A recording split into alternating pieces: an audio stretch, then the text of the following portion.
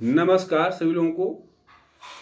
आज के संगोष्ठी का विषय है भारतीय ज्ञान परंपरा के संवाहक स्वामी विवेकानंद।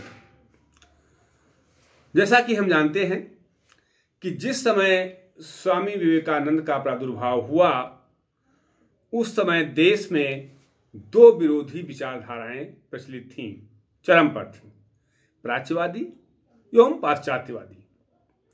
ऐसा नहीं है कि स्वामी जी से पहले किसी ने पाश्चात्य शिक्षा का विरोध नहीं किया था। विरोध हुआ था, लॉर्ड मैकाले की शिक्षा नीति का विरोध हुआ था। और जब लॉर्ड मैकाले ने भारतीय भाषाओं को गाली दिया था, अपमानित किया था और संपूर्ण भारतीय साहित्य की तुलना यूरोप के पुस्तकालय की एक अलमारी से किया था, तब सूर्यवंशी दुबे ने इस बात को कहा था कि इतिहास के प्रकांड पंडित होते हुए भी मैकाले साहब इतिहास का गलत विवेचन क्यों कर बैठे।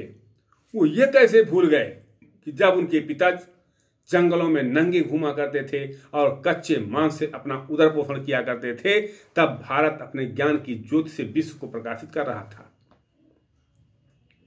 तो शिक्षा भारत में कोई विदेशी पौधा नहीं है जो विदेश से कहीं से लाकर के यहां रोपा गया हो, बल्कि दुनिया का कोई ऐसा देश नहीं, भारत जैसा देश नहीं कि जहां सबसे पहले ज्ञान का प्रादुर्भाव हुआ हो।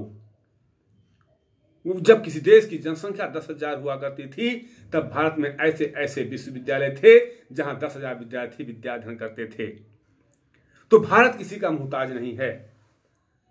स्वामी विवेक, लेकिन उसके बावजूद स्वामी जी ने कभी पाश्चात्य शिक्षा का विरोध नहीं किया, इसीलिए उनको समन्वयवादी कहते हैं। उन्होंने समन्वय स्थापित किया कि भाई विज्ञान भी पढ़िए, पश्चिमी ज्ञान भी लीजिए और अध्यात्म से जोड़िए। अध्यात्म को विज्ञान से जोड़ने का काम स्वामी जी ने किया।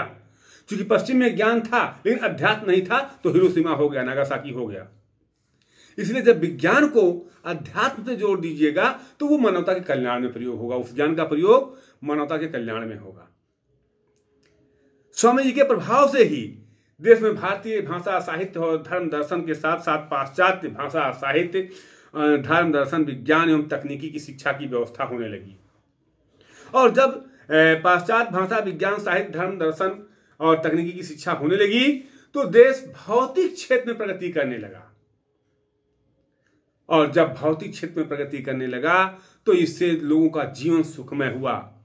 इसीलिए पंडित जवाहरलाल नेहरू ने इस बात को कहा है कि स्वामी विवेकानंद का भारत के अतीत में अटल विश्वास था और भारत की विरासत पर गर्व करते हुए भी जीवन की समस्याओं के प्रति उनका दृष्टिकोण आधुनिक था।